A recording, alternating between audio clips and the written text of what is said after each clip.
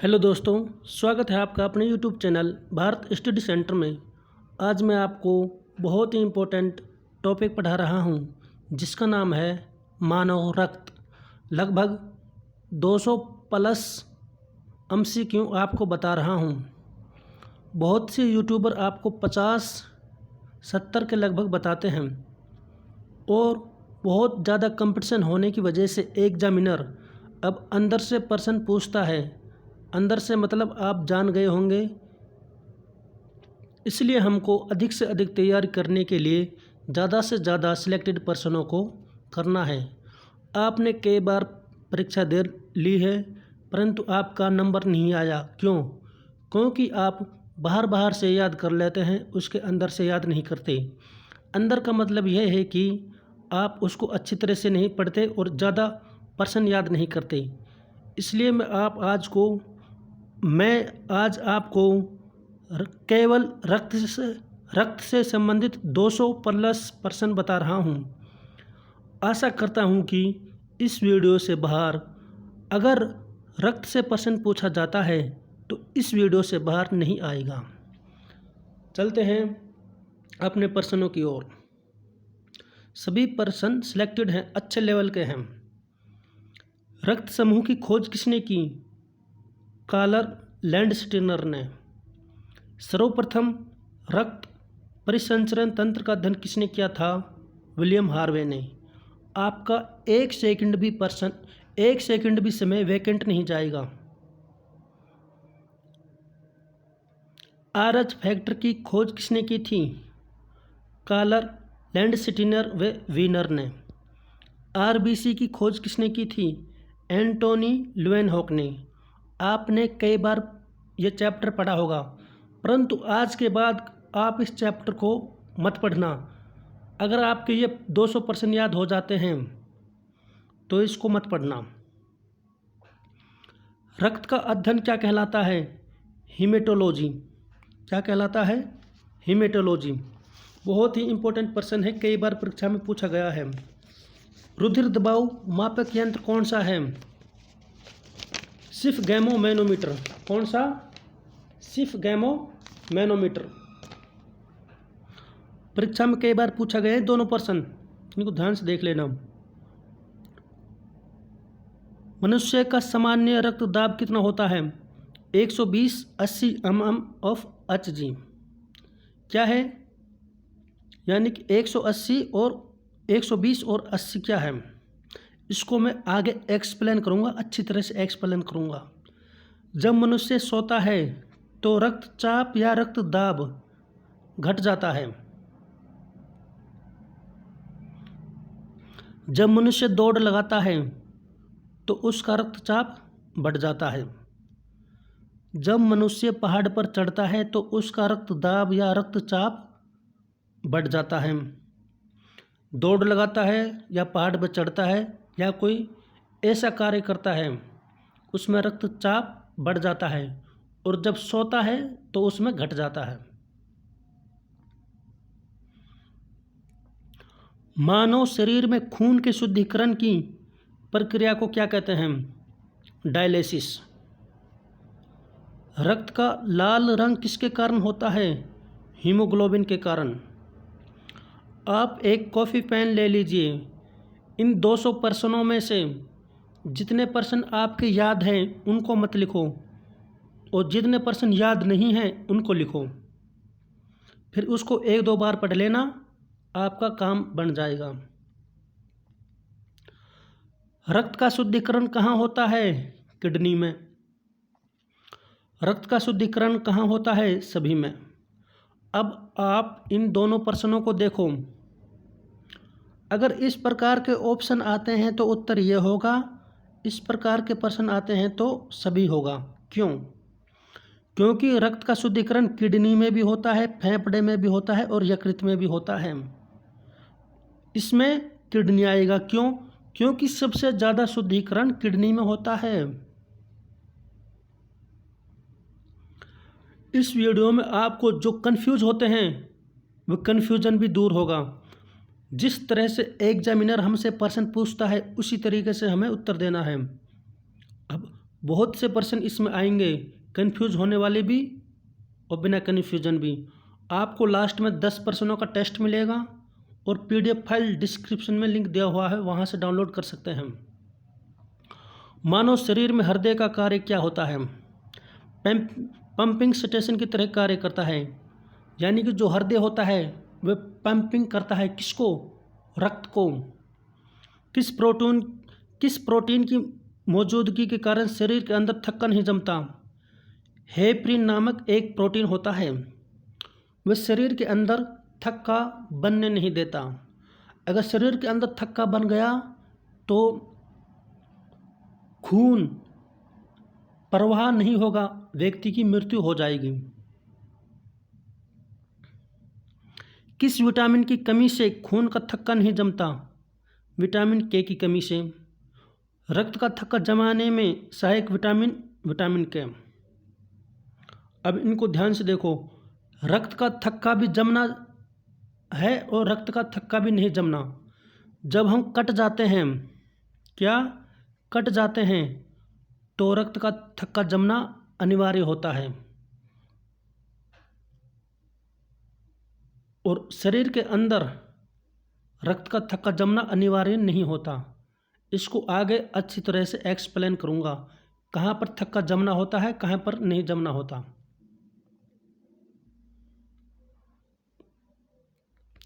रक्त का थक्का जमाने में सहायक प्रोटीन कौन सा है? प्रोथ्रोम्बिन, फाइब्रिनोजेन, यानी कि दोनों है ये। विटामिन कौन सा है? विटामिन तो के है, और प्रोटीन कौन सा है? प्रोथ्रोम्बिन और फाइब्रिनोजेन। ये प्रोटीन रक्त को जमाते हैं और हेपरिन नामक प्रोटीन रक्त को जमाने नहीं देता। रक्त का थक्का जमाने में सहायक धातु कौन सी है? कैल्शियम। कंफ्यूज बिल्कुल नहीं होना आपको। मानव रक्त का पीएच मान कितना होता है? सभी जानते हैं, 7.4। मानव रक्त का कैसा होता है? क्षारीय होता है। अगर यही प्रश्न इस प्रकार आ जाए कि मानव रक्त कैसा होता है? क्षारीय होता है, कम क्षारीय होता है, तो हम इसमें उत्तर लगाएंगे, क्योंकि जो ये होती है 0 से 14 तक पीएच मान होता है, इस पर जो बीच में होता है ये होता है उदासीन। जैसे जैसे बढ़ते जाएंगे क्या होता जाएगा? क्षारीय, और इधर अम्लीय। तो यहाँ पर प्रबल क्षारीय हो जाएगा, तो 7.4 यहाँ पर तो क्या होगा? ये बिल्कुल कम क्षारीय होगा। आई बात समझ में? एग्जामिनर आपको कैसे भी घुमा सकता है, परंतु आपको घूमना नहीं है, आपको प्रश्न को ही घुमाना है। एग्जामिनर किसी भी प्रकार का प्रश्न दे दे, आपको कोई दिक्कत नहीं होनी चाहिए। मानव रक्त में कितने समूह होते हैं? 4 समूह होते हैं। मानव रक्त में कितने भाग होते हैं? 2 भाग होते हैं। 4 समूह, 2 भाग। सर्वग्राही, यानी कि सभी से रक्त ले सकता है, AB ग्रुप। कोई दिक्कत? अब एग्जामिनर कैसे पूछ सकता है? कौन सा रक्त समूह सर्वग्राही होता है? हमें पता है कि AB ग्रुप। AB होता है। जब प्लस माइनस लग जाते हैं तो तब कौन सा होगा? तब होगा AB पॉजिटिव। ओके। कौन सा रक्त समूह सर्वदाता होता है? O negative. O होता है और O नेगेटिव होता है। ऑप्शन के अनुसार हमें करना है काम। जैसे इसमें ऑप्शन दे रखे हैं, कौन सा रक्त समूह सर्वदाता होता है? O। अगर O पॉजिटिव, O नेगेटिव, तो हम इसमें उत्तर लगाते। किस रुधिर समूह में कोई एंटीबॉडी नहीं होती? AB में कोई एंटीबॉडी नहीं होती। जो हमारा AB ग्रुप है इसमें कोई एंटीबॉडी नहीं होती, इसलिए यह सभी ग्रुपों से रक्त ले सकता है। किस रुधिर में दोनों एंटीबॉडी पाए जाते हैं? O में दोनों एंटीबॉडी पाए जाते हैं। किस रुधिर समूह में कोई एंटीजन नहीं पाया जाता? ओ में एंटीजन नहीं पाया जाता। इसको ध्यान से देखो, एंटीबॉडी ओ में पाए जाते हैं, एंटीजन ओ में नहीं पाए जाते हैं। अब इसी प्रश्न को ध्यान से देखो, एंटीबॉडी ए बी में नहीं पाए जाते, एंटीजन ए बी में पाए जाते हैं। ठीक,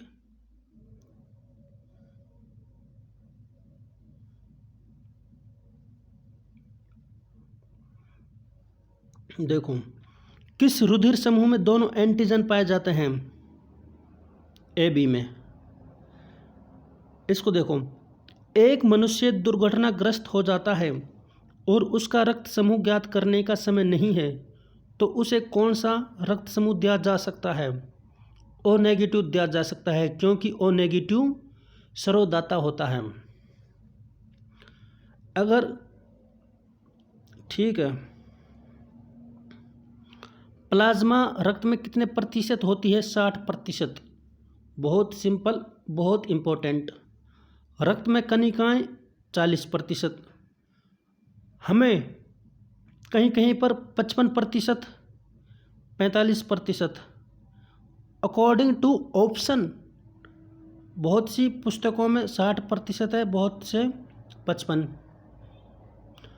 ऑप्शन के अनुसार हमें इनमें टिक करना है, पुस्तकों में नहीं। एग्जामिनर में भी ऐसे पूछा जाता है, बहुत से एग्जाम में ये पूछा जाता है, बहुत से में ये। हमें कोई दिक्कत ही नहीं लेनी, प्रश्न किसी भी प्रकार का आ जाए। प्लाज्मा का रंग कैसा होता है? पीला, हल्का पीला, या तो पीला या हल्का पीला, जैसा भी ऑप्शन में आता है। किसके कारण होता है? बिलीरुबिन के कारण प्लाज्मा का रंग पीला होता है, प्लाज्मा का रंग हल्का पीला होता है। ऑप्शन के अनुसार हम इन पर टिक करेंगे, और बिलीरुबिन के कारण होता है। प्लाज्मा में जल की मात्रा 90% होती है। अगर ऑप्शन 90 भी है, 80 भी है, तो 90 में हम लगाएंगे। 90 नहीं है, 80 है, तो 80 में लगाएंगे। ठीक से। आरबीसी का वैज्ञानिक नाम देखो, आरबीसी का वैज्ञानिक नाम क्या है? एरिथ्रोसाइट। डब्ल्यूबीसी का ल्यूकोसाइट, और प्लेटलेट्स का thrombocyte. Very very important person है, इनको आगे मैं बताऊंगा डिटेल से।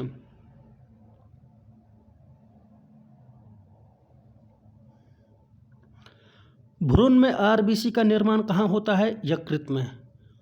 वयस्क मनुष्य में आरबीसी का निर्माण कहाँ होता है? अस्थिमज्जा में।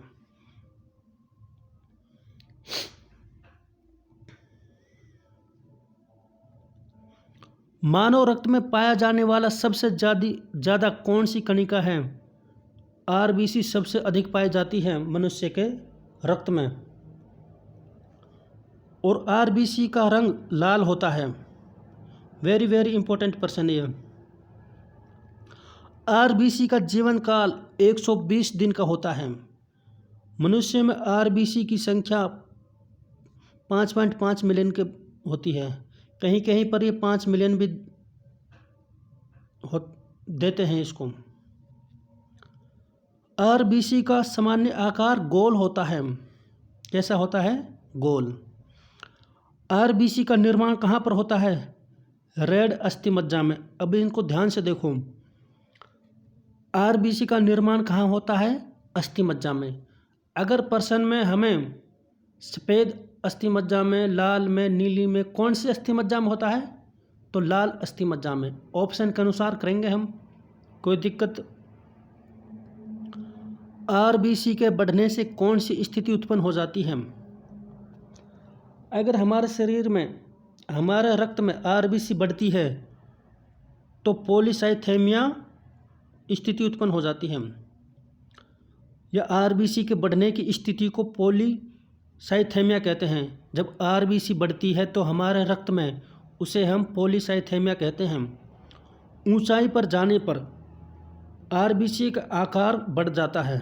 जब हम ऊंचाई पर चढ़ते हैं तो आरबीसी का आकार होता है जो वह सामान्य से बढ़ जाता है। आरबीसी का कब्रगाह किसे कहते हैं? प्लीहा। आरबीसी का कब्रगाह किसे कहते हैं? प्लीहा। आरबीसी का कार्य क्या है?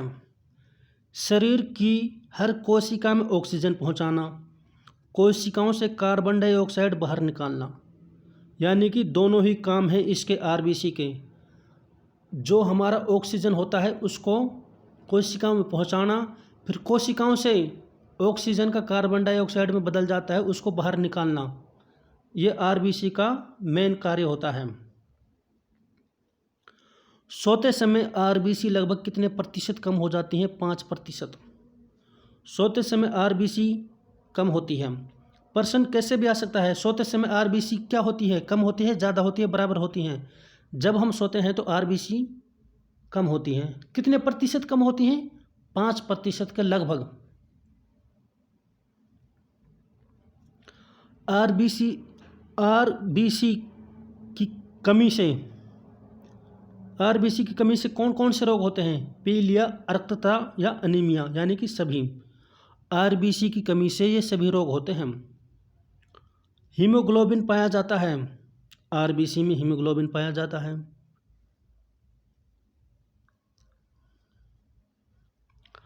रक्त से आरबीसी को निकाले जाने पर शेष भाग क्या कहलाता है? हमारा रक्त है, उसमें से आरबीसी निकाल दी तो प्लाज्मा कहलाएगा। अगर प्लाज्मा से फाइब्रिनोजेन को निकाल देने पर शेष भाग सीरम कहलाएगा। ध्यान से देख लो, बहुत ही इंपॉर्टेंट प्रश्न ये दोनों। आरबीसी में पाए जाते हैं केंद्रक, लाइसोसोम, बोथ या कोई भी नहीं। इस आरबीसी में इनमें से कोई नहीं पाया जाता। आरबीसी की संख्या किस यंत्र द्वारा मापी जाती है? हीमोसाइटोमीटर से हम आरबीसी की संख्या मापते हैं। इसी प्रकार की वीडियो मैंने आँख के बारे में बताई है, लगभग 111% हैं उसमें। कितने? 111%। बहुत ही इम्पोर्टेंट है, अच्छा रिस्पांस मिला है उस वीडियो पर भी। मानव रक्त में आरबीसी, प्लेटलेट्स, डब्ल्यूबीसी की संख्या का अनुपात कितना है? 600:40:1। अब एग्जामिनर आरबीसी डब्ल्यूबीसी में पूछेगा तो 600:1। प्लेटलेट्स डब्ल्यूबीसी के बारे में पूछेगा तो 40:1।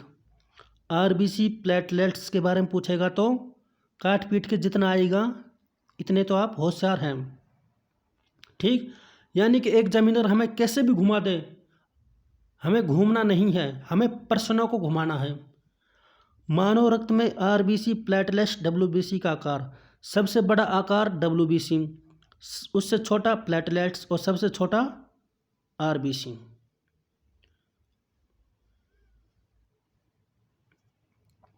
मानव रक्त की सबसे बड़ी कोशिका कौन सी है? रक्त में 3 कोशिकाएं पाई जाती हैं, आरबीसी, डब्ल्यूबीसी और प्लेटलेट्स। सबसे बड़ी कोशिका कौन सी है? डब्ल्यूबीसी। आकार में बताई थी मैंने पीछे। मानव रक्त की सबसे छोटी कोशिका आरबीसी और मध्य में प्लेटलेट्स और सबसे बड़ी डब्ल्यूबीसी। ठीक है, आपको किसी भी प्रकार की टेंशन नहीं होनी चाहिए। डब्ल्यूबीसी का निर्माण कहाँ होता है? अस्थि मज्जा में। और डब्ल्यूबीसी की मृत्यु कहाँ होती है? आपको कमेंट में बताना है ये कि डब्ल्यूबीसी की मृत्यु कहाँ होती है, कमेंट में लिखकर बताना है। इसमें एक ऑप्शन रक्त और लिख लो, ABCDE 5 ऑप्शन हो गए, आपको कमेंट करके बताना है। ठीक से? कौन सी डब्ल्यूबीसी बीमारी से बचाती है? डब्ल्यूबीसी 5 प्रकार की होती हैं, लगभग 5 प्रकार की कितनी क्या होती हैं? डब्ल्यूबीसी 5 प्रकार की डब्ल्यूबीसी होती हैं। उनमें से बीमारी से कौन सी डब्ल्यूबीसी बचाती है? लिम्फोसाइटस। कौन सी डब्ल्यूबीसी घाव भरने का काम करती है? मोनोसाइट्स। यानी कि घाव को आप सभी जानते हैं, बीमारी को भी सभी जानते हैं, बीमारी से लिम्फोसाइट बचाती है और घाव मोनोसाइट भरती है। यह तो प्रश्न आपको पता ही है, इसको बताने की कोई आवश्यकता नहीं। WBC की कमी से होने वाले रोग, एड्स, ब्लड कैंसर। WBC को रक्त में कौन सा विटामिन अधिकतर बढ़ाता है? Vitamin A. बढ़ाते हैं तो सभी, परंतु अधिकतर कौन बढ़ाता है? Vitamin A. रक्त में WBC की संख्या इतनी होती है, 1 लीटर में इतनी होती है। WBC की संख्या, RBC की संख्या और प्लेटलेट्स की संख्या, इन सभी को अच्छी तरह से आगे डिफाइन किया हुआ है। मानव रक्त में ब्लड बैंक ऑफ RBC किसे कहते हैं? सभी को। स्प्लीन, प्लीहा, तिल्ली, इनमें से कोई सा भी आ जाए तो टिक लगा देना। WBC का वैज्ञानिक नाम क्या है? WBC का वैज्ञानिक नाम है ल्यूकोसाइट। एरिथ्रोसाइट RBC का है और थ्रोम्बोसाइट प्लेटलेट्स का है। प्लेटलेट्स का वैज्ञानिक नाम क्या है? थ्रोम्बोसाइट। बहुत इंपॉर्टेंट है, ये वैज्ञानिक नाम पूछ लिए जाते हैं, इनको याद कर लेना। याद तो आपको सभी को प्रश्नों को करना है, सभी प्रश्नों को आपको याद करना है। कोई दिक्कत हो तो बताना कमेंट करके। आपको याद करने में दिक्कत तो होगी, एक बार याद कर लो 200%। किसी भी एग्ज़ाम में अगर रक्त से आते हैं तो इनसे बाहर नहीं आएगा, ऐसी मैं आशा करता हूँ। मानव रक्त में सबसे ज़्यादा WBC कौन सी पाई जाती है? मैंने बताया था WBC 5 प्रकार की होती है, जिसमें सबसे ज़्यादा न्यूट्रोफिल्स पाई जाती है और सबसे कम बेसोफिल्स पाई जाती है। सबसे ज़्यादा न्यूट्रोफिल्स और सबसे कम बेसोफिल्स।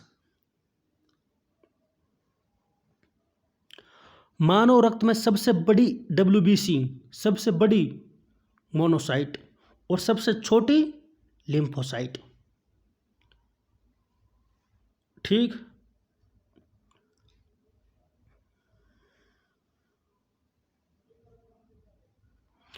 एलर्जी से निपटने के लिए कौन सी WBC कार्य करती है? बेसोफिल्स एलर्जी से निपटने के लिए कार्य करती है। जीवाणु से निपटने के लिए कौन सी WBC कार्य करती है? जीवाणु से निपटने के लिए न्यूट्रोफिल्स। रोगों से लड़ने की प्रतिरोधक क्षमता कौन प्रदान करता है? WBC। आप WBC पे निशान लगाओगे मुझे पता है, परंतु आपका सवाल, आपका उत्तर गलत है। ल्यूकोसाइट, क्योंकि WBC का वैज्ञानिक नाम ल्यूकोसाइट है, इसलिए इसका उत्तर बोथ ए एंड बी हो जाएगा। प्रोटोजोआ और विषाणु से निपटने में कौन सा WBC कार्य करता है?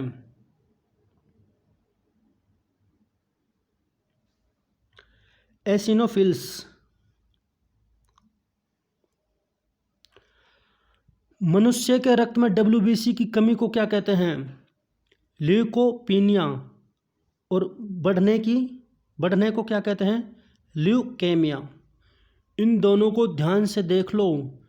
WBC कम होती है तो ल्यूकोपीनिया, क्या? ल्यूकोपीनिया। और बढ़ती है तो ल्यूकेमिया, क्या? ल्यूकेमिया।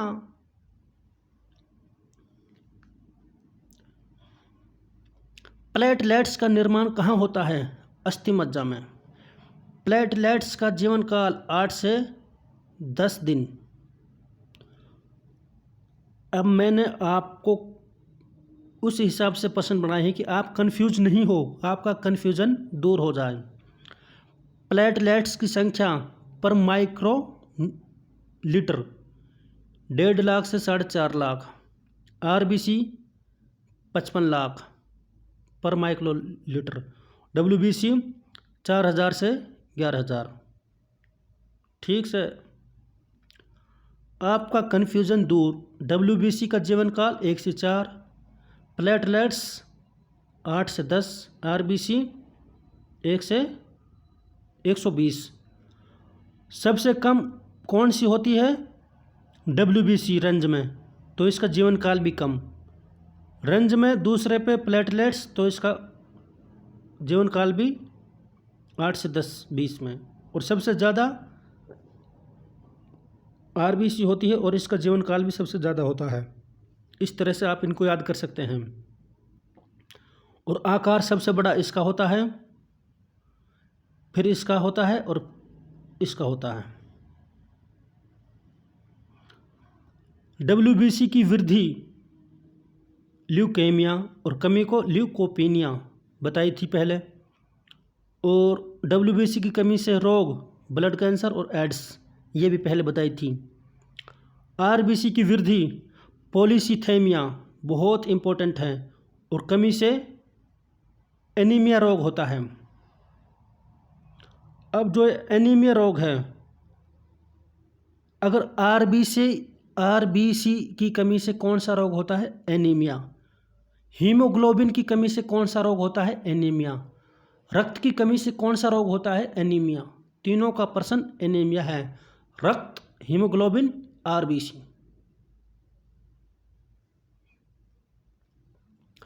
प्लेटलेट्स का कार्य क्या होता है? थक्का को जमाने में कार्य करता है। प्लेटलेट्स किसकी कमी से होती है? कैंसर से, शराब पीने से, ल्यूकेमिया आदि से प्लेटलेट्स की कमी होती है।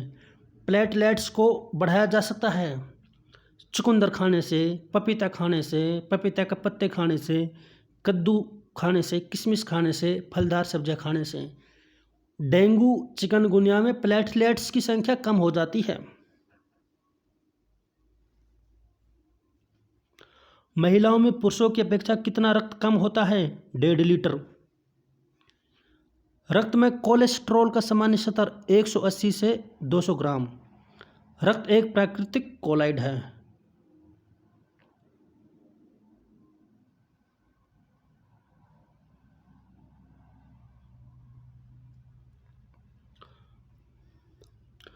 रक्त में कौन सी धातु पाई जाती है? फेरिक यानी कि लोहा। और रक्त को कैल्शियम जमाता है, और ये रक्त में पाई जाती है। इन्हीं चीज़ों से आप हटकते हो, यानी कि इन्हीं चीज़ों में आप कन्फ्यूज़न होते हो। आपने रक्त के बारे में यार कैल्शियम भी पढ़ा और आयरन भी पढ़ा, कौन सा होगा? कैल्शियम तो जमाने में काम आता है, और लोहा उसके अंदर ही पाया जाता है। लोहा, फेरिक, आयरन एक ही बात है। मानव शरीर के किस अंग में रक्त नहीं पाया जाता है? कॉर्निया में। जो आँख की वीडियो थी 111% सिलेक्टेड, बहुत अच्छा रिस्पांस मिला है, उसमें मैंने आपको बता दिया है। अस्थि मज्जा के किस ऊतक से रक्त का निर्माण होता है? रक्त का निर्माण अस्थि मज्जा से होता है। और अस्थि मज्जा में कई प्रकार के ऊतक होते हैं, उनमें से किस ऊतक से होता है?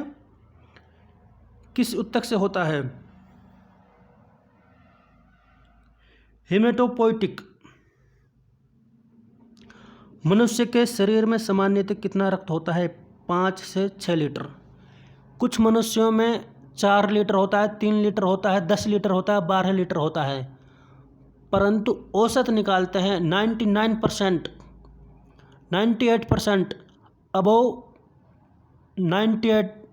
90% मनुष्य में 5 से 6 लीटर रक्त होता है। औसत निकालते हैं हम। कॉकरोच का रक्त किस रंग का होता है? सफ़ेद रंग का। किसके कारण? हीमोलिम्पिक के कारण। रक्त दाब निम्नलिखित में से किस में उच्च होता है? किस में सबसे ज़्यादा रक्त दाब होता है? निलय में। निलय क्या है, कहाँ रहती है? निलय एक प्रकार की वाहिका है जिसमें से रक्त प्रवाह करता है, और ये हृदय के अंदर रहती है। किसकी सहायता से रक्त द्वारा ऑक्सीजन ले जाया जाता है? लोहित कोशिकाओं के द्वारा। बहुत इंपॉर्टेंट प्रश्न है ये, इनको ध्यान से देखना। संयुक्त रक्त कणिकाओं का कार्य क्या है? यानी कि WBC संयुक्त रक्त कणिकाएं, वाइट ब्लड सेल या ल्यूकोसाइट, चार नाम इनका याद कर लो। सभी नामों को किसी भी नाम से आपको पुकार सकते हैं। ये हम इनको किसी भी नाम से पुकार सकते हैं। एग्जामिनर किसी भी नाम से इनको दे सकता है। इसका काम होता है रोग प्रतिरोधक क्षमता बढ़ाना। रक्त के निर्माण की प्रक्रिया को क्या कहते हैं? हीमोपोइसिस। जो निर्माण होता है किसका? रक्त का निर्माण होता है, उसे हीमोपोइसिस कहते हैं। और रक्त का अध्ययन रक्त का अध्ययन क्या कहलाता है? हेमेटोलॉजी। रक्त का अध्ययन हेमेटोलॉजी कहलाता है। हेमेटोलॉजी या हेमेटोलॉजी कहलाता है। और निर्माण, रक्त का निर्माण कैसे कैसे होता है? हीमोपोइसिस कहते हैं उसे। शरीर से हृदय की ओर रक्त ले जाने वाली रक्तवाहिकाओं को क्या कहते हैं? शिराएं। हृदय से शरीर की ओर रक्त ले जाने वाली रक्तवाहिकाओं को धमनियां कहते हैं। आप इनमें कंफ्यूज होते हो, मुझे पता है बहुत ज़्यादा कंफ्यूज होते हो। शरीर से हृदय की ओर से शरीर से शिराएं, से शरीर से शिराएं, यानी कि शरीर से हृदय की ओर शिराएं ले जाती हैं और हृदय से शरीर की ओर वह धमनियां ले जाती हैं। अब इनको डिटेल से पढ़ेंगे, हम आगे पढ़ेंगे, बहुत अच्छी तरह से पढ़ेंगे। धमनी और शिराओं में 10 अंतर अच्छी तरह से पढ़ेंगे। इनके अपवाद हैं उनको भी पढ़ेंगे, आगे पढ़ेंगे। धमनियों में कपाट नहीं पाए जाते हैं, शिराओं में कपाट पाए जाते हैं। कपाट का मतलब होता है वाल्व, VALVE। जिस तरह से हम ट्यूब में हवा भरते हैं तो हवा अंदर चली जाती है और उसको हटा लेते हैं, फिर भी हवा अंदर से बाहर नहीं आती क्योंकि उसमें वाल्व होता है। इसी प्रकार शिराओं में वाल्व होते हैं, धमनियों में वाल्व नहीं होते। धमनियों में ऑक्सीकृत रक्त होने के कारण लाल दिखाई देती हैं, उस शिराओं में कार्बन डाइऑक्साइड होने के कारण नीली दिखाई देती हैं। जो धमनियाँ होती हैं इसमें ब्लड के साथ ऑक्सीजन होता है, इसलिए लाल दिखाई देती हैं। शिराओं में ब्लड के साथ कार्बन डाइऑक्साइड होती है, इसलिए नीली दिखाई देती हैं। अच्छी तरह से पढ़ेंगे इनको। कौन सी वाहिकाएं साफ रक्त को फेफड़ों से हृदय की ओर ले जाती हैं? कौन सी वाहिकाएं होती हैं? फुसफुस शिराएं, ये अपवाद हैं। कौन सी वाहिकाएं अशुद्ध रक्त को हृदय से फेफड़ों की ओर ले जाती हैं? फुसफुस धमनियाँ। आप इन पर कंफ्यूज मत होना, आगे बहुत अच्छी तरह से बताऊंगा। अपवाद, शिराएं, धमनियाँ, शुद्ध अशुद्ध रक्त सभी को अच्छी तरह से बताऊंगा। मानव शरीर में रक्त कितने प्रतिशत पाया जाता है? 7%। और कितना पाया जाता है? 5 से 6 लीटर। कितना प्रतिशत? वजन का 7%। एग्जामिनर किसी भी प्रकार से प्रश्न पूछ सकता है। महिलाओं में कितना कम पाया जाता है पुरुषों की अपेक्षा? आधा लीटर। ऐसा कौन सा स्तनधारी प्राणी है जिसके रक्त में RBC में केंद्रक होता है? ऊंट। जो मनुष्य का रक्त होता है या आमतौर पर सभी का रक्त होता है, RBC में केंद्रक नहीं पाया जाता है। ऊंट और 1-2 और हैं, उनमें केंद्रक पाया जाता है RBC में। ऊंट मतलब ऊंट का खून में केंद्रक पाया जाता है RBC में। आ रही है समझ में? यदि पिता का रक्त RH पॉजिटिव, माता का रक्त RH नेगेटिव हो तो प्रथम संतान सामान्य होगी, उसके बाद की संतान गर्भावस्था अथवा जन्म के तुरंत बाद मृत्यु हो जाएगी। आगे समझ में? अगर किसी के पिता अगर किसी का आदमी मनुष्य में तो औरत और आदमी दोनों आ जाते हैं। औरत का RH नेगेटिव, आदमी का RH पॉजिटिव रक्त है तो पहली संतान सामान्य होगी और दूसरी संतान अंदर या जन्म के तुरंत बाद मर जाएगी। RH पॉजिटिव को RH पॉजिटिव रक्त ही दिया जाता है। ठीक। एक हीमोग्लोबिन के अंदर कितनी ऑक्सीजन होते हैं? 4 ऑक्सीजन एक हीमोग्लोबिन के अंदर होते हैं। रक्त का पहला ट्रांसफर 2 कुत्तों के मध्य में 1667 में किया गया था। जिस तरह से अंतरिक्ष में एक कुतिया भेजी थी उसका नाम लाइकेन नामक कुतिया था। कमेंट में बताना है कब भेजी थी, किस देश ने भेजी थी, अंतरिक्ष में भेजी थी या चंद्रमा पर भेजी थी। इसी तरह से रक्त का पहला ट्रांसफर 2 कुत्तों के मध्य में 1667 में किया गया। 100 मिलीलीटर रक्त में कितने हीमोग्लोबिन होता है? 12 से 15 ग्राम। मानव रक्त किस प्रकार का ऊतक है? तरल संयोजी ऊतक, फ्लूइड कनेक्टिव टिश्यू यानी कि बोथ। हिंदी मीडियम वालों, साइंस में कुछ शब्द ऐसे होते हैं, अधिकतर बायोलॉजी में, तो एग्जामिनर उनको सीधे सीधे इंग्लिश में भी पूछ सकता है और हिंदी में भी पूछ सकता है। RH फैक्टर का नाम किस जानवर से लिया गया? बंदर से, रीसस नामक बंदर से। हीमोग्लोबिन में पाया जाता है फेरिक, या हम RBC भी कह सकते हैं। RBC में पाया जाता है फेरिक यानी कि लोहा, आयरन। WBC का रंग सफ़ेद होता है। WBC में केंद्रक पाया जाता है। डेंगू और चिकनगुनिया में प्लेटलेट्स की संख्या घट जाती है। प्लेटलेट्स का रंग कैसा होता है? रंगहीन होता है, इसका कोई रंग नहीं होता। लाल RBC का होता है, WBC का सफ़ेद और प्लेटलेट्स का रंगहीन। कोई दिक्कत है तो कमेंट में बताइए। निम्नलिखित में से एंटीक्लोटिंग क्या है? एंटीक्लोटिंग जो थक्का नहीं जमने देती।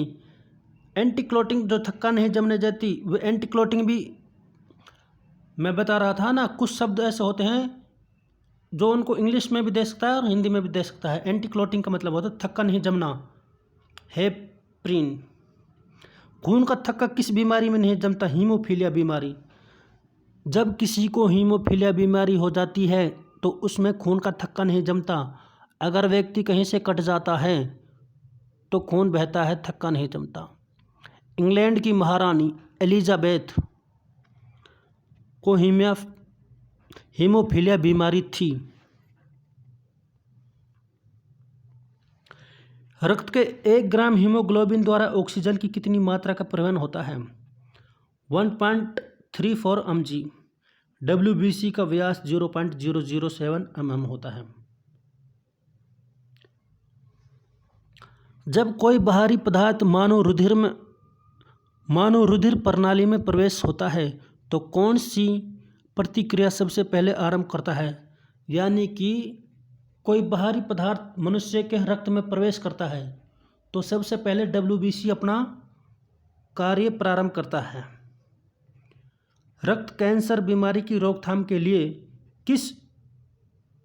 किए जाने वाला रेडियो समस्थानिक है फास्फोरस 32। बहुत इंपॉर्टेंट प्रश्न ये। एड्स के विषाणु नष्ट कर देते हैं। किसी को एड्स हो जाता है तो उसके विषाणु रहते हैं, वे किसे नष्ट करते हैं? किसे नष्ट करते हैं? लिम्फोसाइट को। यानी कि जो WBC होती है 5 प्रकार की। WBC रोग प्रतिरोधक होती है। सबसे पहले एड्स के निशाणु लिम्फोसाइट को नष्ट करते हैं। लिम्फोसाइट द्वारा उत्पन्न रक्षक प्रोटीन कौन सा है? इम्यूनोग्लोब्यूलिन। बहुत इंपॉर्टेंट प्रश्न ये। वह रेडियो समस्थानिक जिसे परिवहन तंत्र में खून के थक्के का पता लगाने हेतु प्रयोग किया जाता है सोडियम 24। यानी कि हमारे शरीर में रक्त का थक्का कहाँ जमा है, कहाँ नहीं जमा, सोडियम 24 से उसका पता लगाते हैं। रक्त बहाव को रोकने के लिए आमतौर पर किस लवण का प्रयोग करते हैं? हमारा कहीं से कट जाता है तो खून निकलता है। आमतौर पर, आमतौर का मतलब क्या होता है? आम तौर पर, सामान्य एल्युमिनियम पोटास का प्रयोग करता है। हेपरिन का निर्माण किसके द्वारा होता है? जो हमारे अंदर हेपरिन नामक प्रोटीन होती है जो रक्त का थक्का जमने से रोकती है, उसका निर्माण किसके द्वारा होता है? बेसोफिल्स के द्वारा। यदि किसी व्यक्ति की रक्तवाहिनी की त्रिज्या कम हो जाती है तो उसका रक्तचाप बढ़ेगा। समझ में आ गई? अगर त्रिज्या को कम कर देते हैं तो प्रेशर ज़्यादा हो जाता है। रक्त प्रवाह में हवा के बुलबुले का होना जीवन के लिए क्यों खतरनाक है? रक्त प्रवाह में बाधा उत्पन्न होती है। जब हमारे इंजेक्शन लगता है तो डॉक्टर उसको हवा को निकाल देता है। अगर हवा उसके अंदर रहेगी तो रक्त प्रवाह में बाधा उत्पन्न करेगी। कौन सा हार्मोन रक्त में शर्करा की मात्रा को नियंत्रित करता है? इंसुलिन। जो हमारे खून के अंदर शर्करा होता है उसकी मात्रा को नियंत्रित कौन करता है? इंसुलिन।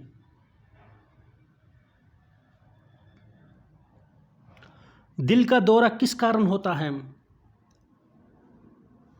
हृदय में रक्त की आपूर्ति की कमी। जब हमारे हृदय के अंदर पर्याप्त रक्त नहीं पहुंचता तो दिल का दौरा आ सकता है। हमारे शरीर में रक्त का दबाव होता है वायुमंडल से ज़्यादा होता है। ठीक, बहुत इंपॉर्टेंट प्रश्न है ये। वायुमंडल से ज़्यादा होता है। किस प्रक्रिया द्वारा श्वसन के दौरान गैसें रुधिर में प्रवेश करती हैं और फिर उसे छोड़ती हैं? विसरण के द्वारा। आरबीसी की संख्या को किस यंत्र द्वारा ज्ञात किया जाता है? हीमोसाइटोमीटर। कौन सी वाहिकाएं साफ रक्त को फेफड़ों से हृदय की तरफ ले जाती हैं?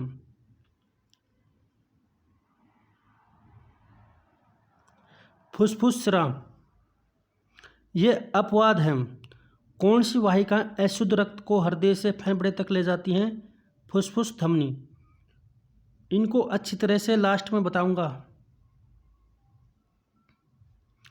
जब रक्त में ऑक्सीजन की कमी होती है तो श्वास की गति बढ़ जाती है। एड्स के विषाणु किसे नष्ट करते हैं? मैंने पहले बताया था आपको, लिम्फोसाइट को। धमनी का रंग लाल होता है, स्राव का रंग नीला होता है। यदि मानव रक्त अम्लीय हो जाए तो क्या होगा? हीमोग्लोबिन की ऑक्सीजन वहन क्षमता कम हो जाएगी। रक्त के ग्लूकोज का स्तर सामान्य कितना होता है? mg/डेसीलीटर। जो रक्त में ग्लूकोज होता है उसे हम किस इकाई से मापते हैं? mg/डेसीलीटर में मापते हैं उसको। मानव शरीर में रक्त की अपर्याप्त आपूर्ति को इस्कीमिया कहते हैं। क्या? इस्कीमिया। हीमोग्लोबिन एक प्रकार का प्रोटीन है। हीमोग्लोबिन एक प्रकार का प्रोटीन है।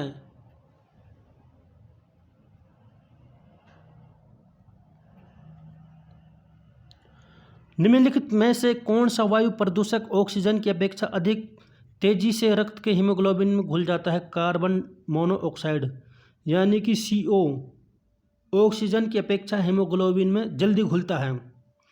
आरएच फैक्टर को सबसे पहले रीसेस नामक बंदर में पाया गया। जब रक्त किसी दूसरे व्यक्ति को दिया जाता है तो किसका मिलान करते हैं? आरएच फैक्टर का, ब्लड ग्रुप का। भारत में 95% लोग RH पॉजिटिव हैं। रक्त का कार्य क्या है? ताप को नियंत्रित करता है, पोषक पदार्थों का परिवहन करता है, ऑक्सीजन कार्बन डाइऑक्साइड का परिवहन करता है, उत्सर्जी पदार्थों का परिवहन करता है, यानी कि सभी कार्य रक्त के हैं।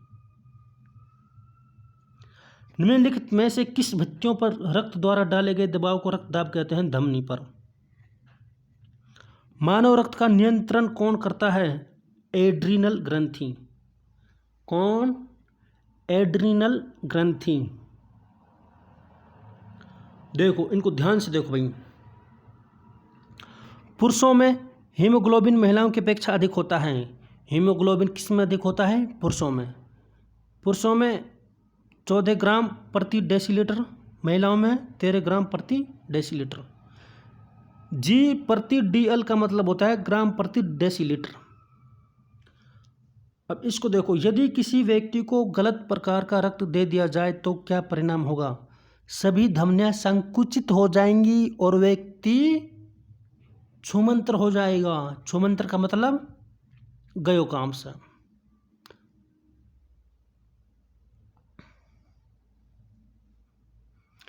रक्त को पतला करने के लिए किस दवा का प्रयोग करते हैं? वाफरेन।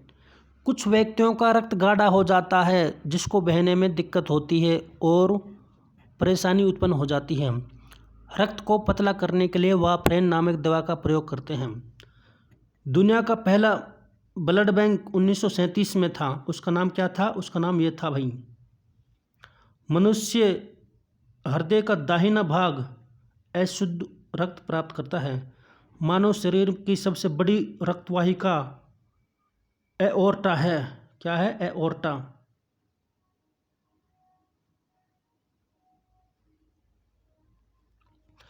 किस कशेरुकी में ऑक्सीजनित और विऑक्सीजनित रुधिर मिल जाते हैं? उभयचर में, यानी कि जो जल में भी रह सकते हैं और स्थल में भी रह सकते हैं, उनमें ऑक्सीजनित और विऑक्सीजनित रुधिर मिल जाते हैं। रक्तचाप का सामान्य से अधिक होना हाइपरटेंशन कहलाता है। क्या कहलाता है? हाइपरटेंशन।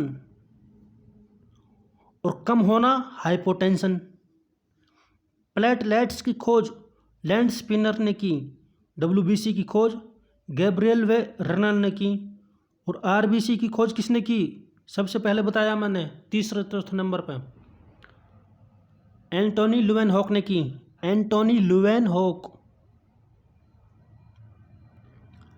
ब्लड ग्रुप का निर्धारण एंटीजन के आधार पर होता है। जिस एंटीजन में ए होता है वह A ग्रुप, B होता है B ग्रुप। AB दोनों एंटीजन होते हैं वो AB ग्रुप होता है। जिसमें कोई एंटीजन नहीं होता वह O ग्रुप होता है। ध्यान से देखो, A एंटीजन है ग्रुप A होगा, B एंटीजन है ग्रुप B होगा, AB एंटीजन है BB एंटीजन है तो ग्रुप AB होगा। कोई भी एंटीजन नहीं तो O ग्रुप होगा। RH फैक्टर उपस्थित होता है, RH पॉजिटिव कहते हैं। जिसमें उपस्थित नहीं होता उसे RH नेगेटिव कहते हैं। रक्त का थक्का जमने की प्रक्रिया बहुत ही इंपॉर्टेंट है। थ्रोम्बोसाइट यानी कि प्लेटलेट्स वायु के साथ मिलता है तो थ्रोम्बोप्लास्टिन बनाता है। थ्रोम्बोप्लास्टिन कैल्शियम के साथ मिलकर प्रोथ्रोम्बिन के साथ मिलकर थ्रोम्बिन बनाता है। थ्रोम्बिन फाइब्रिनोजेन के साथ मिलकर फाइब्रिन बनाता है। एक जालीनुमा आकृति होती है। अब फाइब्रिन में रुधिराणु RBC WBC प्लेटलेट्स फंस जाते हैं। यह जालीनुमा होती है, इसमें फंस जाते हैं तो थक्का जम जाता है।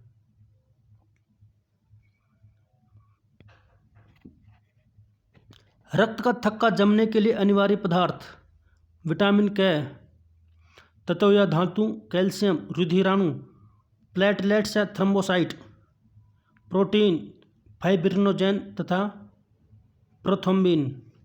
नसों का फटना विटामिन K के कारण होता है। ये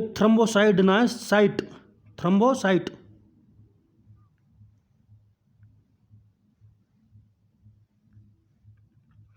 इसको ध्यान से देखो।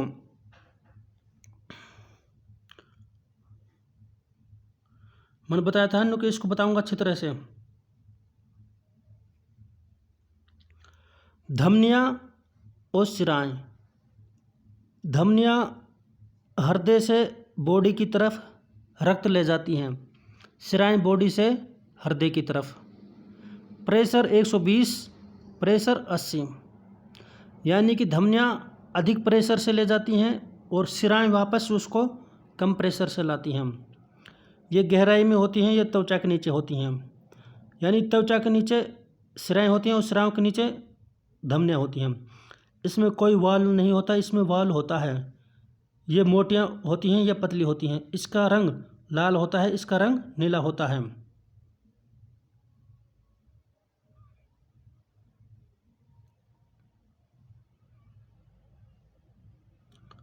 देखो, शुद्ध रक्त ले जाती हैं, ये अशुद्ध रक्त ले जाती हैं। शुद्ध रक्त का मतलब क्या होता है? रक्त प्लस ऑक्सीजन। अशुद्ध रक्त, रक्त प्लस कार्बन डाइऑक्साइड। अपवाद फुसफुस धमनी, और इसमें अपवाद है फुसफुस शिराएँ। ये हृदय से फेफड़ों की तरफ ले जाती हैं, फेफड़ों से हृदय की तरफ। ये अशुद्ध रक्त ले जाती हैं, ये शुद्ध रक्त ले जाती हैं। ठीक, ये अपवाद हैं। और फुसफुस को क्या कहते हैं? पॉलीमनरी, इंग्लिश में इसको पॉलीमनरी कहते हैं। इसको देख लेना क्या कहते हैं, यह भी पूछा जा सकता है। कोशिका में शुद्ध रक्त व अशुद्ध रक्त दोनों होते हैं। रक्त प्लस ऑक्सीजन भी होता है, उसमें कार्बन डाइऑक्साइड भी होती है। अब केशिका क्या होती है? जब हमारा शरीर घिसता है, कम घिसता है, तो उसमें से खून निकलता है, थोड़ा थोड़ा वहीं पर चिपक जाता है, वह केशिकाएँ होती हैं। उसमें शुद्ध रक्त भी होता है और अशुद्ध रक्त भी होता है। देखो, ये हमारा हृदय है, ये हमारा हृदय है, ये हमारे फेफड़े हैं। अब हृदय से धमनियों द्वारा रक्त बहता है, शुद्ध रक्त, फिर केशिकाओं में बहता है, फिर केशिकाओं से अशुद्ध रक्त शिराओं में बहता है, शिराओं से हृदय में जाता है, फिर हृदय से फेफड़े में ऑक्सीजन लेकर फिर हृदय में आता है। ऐसे बहता है। ये पता पड़ गया? हृदय से धमनियाँ, केशिकाएँ, शिराएँ, हृदय से फेफड़े, फेफड़े से हृदय, हृदय से ये ऐसे बहता है। कोई दिक्कत? अब देखते हैं लास्ट, वेरी वेरी इम्पोर्टेंट। इसमें से बहुत से प्रश्न बनते हैं। अगर पेरेंट्स 1, पेरेंट्स 2, माता पिता हैं ये, और बच्चे, जब बच्चा पैदा होता है तो उसका ब्लड ग्रुप कैसा होगा? अगर माता ए है, पिता ए है, तो या तो ए होगा या ओ होगा। अगर पिता ए है, माता बी है, या माता ए है, पिता बी है, तो चारों प्रकार के हो सकते हैं। अगर माता ए है, पिता ए बी, या पिता ए, माता ए बी, तो ए बी प्रकार के हो सकता है। इसी तरह से इनको देख लेना, आप इनको देख लेना।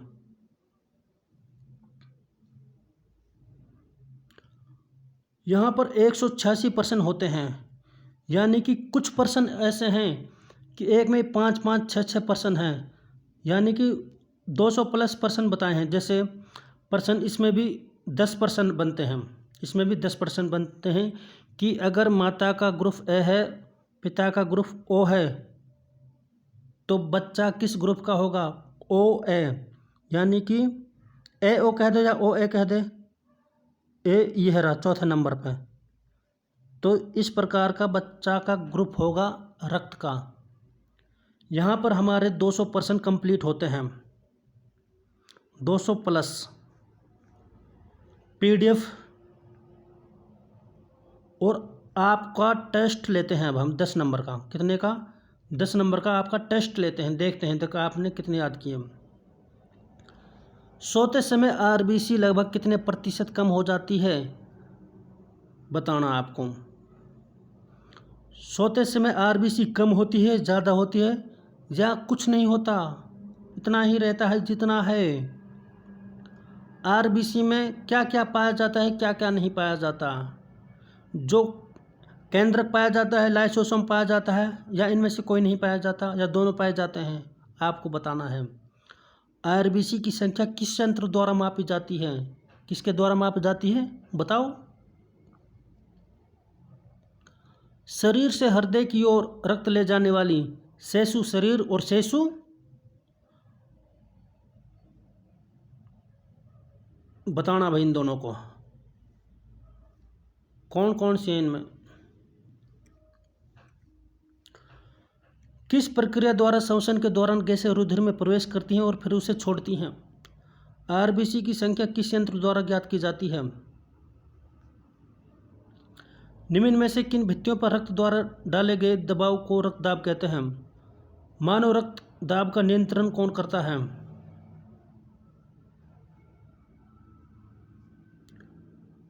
आपका टेस्ट भी हो गया, पीडीएफ फाइल डिस्क्रिप्शन में लिंक दिया हुआ है।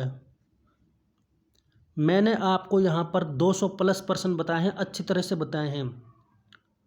आशा करता हूँ कि इनसे बाहर नहीं आएगा। कोई सा भी एग्ज़ाम हो, छोटे से लेकर बड़ा तक, अगर रक्त से संबंधित प्रश्न पूछे जाते हैं, एंटीजन एंटीबॉडी, थक्का जमने की प्रक्रिया, कैसे भी प्रश्न पूछे जाते हैं, बच्चा कौन सा होगा कौन सा नहीं होगा, प्लेटलेट्स, इनके नाम कई नाम है, प्लेटलेट्स, डब्ल्यूबीसी, आरबीसी, किसने किसकी खोज की, 5-6 खोज बताई मैंने आपको। आशा करता हूँ कि इनसे बाहर नहीं आएगा। आकार कितना है, संख्या कितनी है, एग्जामिनर कैसे भी घुमा फिरा कर दे दे है, आपको कंफ्यूज नहीं होना है, ठंडे दिमाग से करना है। Thanks for watching my video. मिलते हैं ऐसे ही अगली नेक्स्ट वीडियो पर।